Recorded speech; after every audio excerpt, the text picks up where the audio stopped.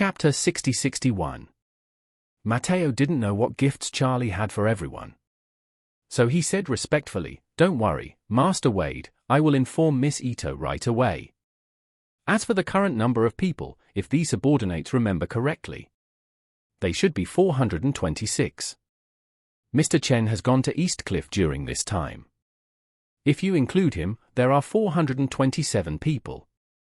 Okay." Charlie nodded and said, "I will inform Isaac to come back later. At 8 o'clock tomorrow morning, everyone assemble at the Martial Arts Hall." Mateo didn't know what gifts Charlie wanted to give everyone. But according to his opinion, since every one of more than 400 people had a share, it was probably something money could buy. For Mateo, he was not short of money, but he was not very interested in anything that money could buy. But since Charlie said it, he naturally wanted to support him. So he said very gratefully, "Master Wade, who has so many things to do, is still thinking about us." Which is really flattering to the subordinates. "I would like to thank Master Wade on behalf of everyone." Charlie smiled and said, "Master Mateo, there is no need to be so polite." Mateo said respectfully, "Master Wade, if there is nothing else, call Miss Ito here first." Okay. Mateo said goodbye and left, then returned to the Martial Arts Hall. Called out Nanako Ito, and whispered, "Miss Ito, Master Wade is here, in the General Manager's office waiting for you." As soon as Ito Nanako heard that Charlie was waiting, she immediately said with surprise, "Mr. Wade is here." "Thank you, Master." After that, she also looked deeply at Mateo and bowed. Mateo was stunned for a moment and thought to himself, "I'm just passing on a message, what do you want to thank me for?" Just as he was thinking about it, Nanako had already run away. Soon, she arrived at the door of the General Manager's office. Before she could knock on the door, Charlie said from inside, "Come in, Nanako." Nanako carefully pushed the door open and first exposed her head and looked at Charlie.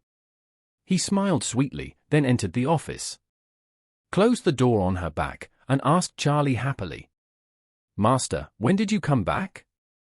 Charlie smiled and said, "I just came back today." After that, he looked at her, he was suddenly stunned and exclaimed, "Nanako, how do you have spiritual energy in your body?" Nanako Ito asked Charlie with some excitement and shyness. "Did you see it?" Charlie nodded heavily, and then asked her, Have you enlightened?" Nanako smiled, nodded, and said, "I feel that my whole state has changed a lot. My senses are much stronger than before.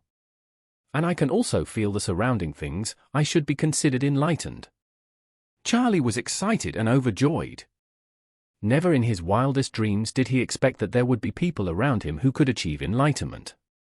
This gave him a feeling similar to that of a person who is forced to walk alone in the dark and suddenly meets like-minded friends to accompany him and walk hand in hand. He was so excited that he subconsciously took Nanako's hand and transferred a trace of spiritual energy into her body. He immediately confirmed that Nanako Ito's sea of consciousness already had spiritual energy, and that she had truly realized the Tao and was like himself, and could control it like a spiritual person. He couldn't help but ask, "Nanako, how did you do it?" Nanako said truthfully, "By chance. I heard that an eminent monk came to Aurus Hill to give lectures and could also consecrate people and bless amulets. So I went to Chishia Temple to meet him. But he insisted that I have wisdom and wanted me to study Buddhism like him after enlightenment. I said I was not interested in studying Buddhism. But he told me the method of enlightenment. I tried it myself and accidentally I realized the Tao." "You realized the Tao accidentally?"